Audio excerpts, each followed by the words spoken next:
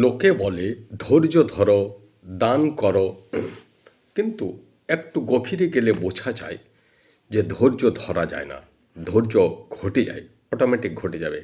দান করা যায় না, দান অটোমেটিক ঘটে যাবে। যার স্বভাবে দান আছে সে অটোমেটিক তার অন্তর থেকে স্বতঃস্ফূর্তভাবে দান কাজটা ঘটে যাবে। সে কাউকে বলবে না যে আমি দান করছি, কারণ এটা তার স্বভাবগত, এটা ঘটে যাচ্ছে, অটোমেটিক ঘটে যাচ্ছে। এটাই হচ্ছে দান।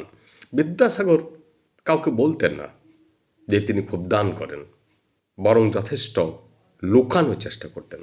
যে কোনো ব্যাপারেই মানুষের যেটা স্বভাবজাত সেটা অটোমেটিক ঘটে যাবে। সেখানে তার প্রকাশ করার, নিজেকে প্রকাশ করার কোনো ইচ্ছাই থাকবে না, কারণ এটা ওর স্বতঃস্ফূর্ত বৈশিষ্ট্য, স্বভাবের বাইরে স্বভাব হয় না। যেমন একজন চোর, সে চুরি করাটা স্বভাব, অটোমেটিক ঘটে যাবে। আর যে চোর নয় সে চুরি করতে পারবে না। তাই বলা হচ্ছে যে আপনি চোর নন, কিন্তু আপনি বলতে পারেন না যে আপনি চোর নন, কারণ আপনি ওই রকমই, ঈশ্বর আপনাকে ওই রকমই গঠন করেছেন।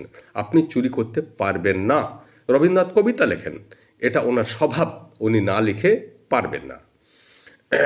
উনি না লিখে মোটেই পারবেন না, সময় কাটবে না।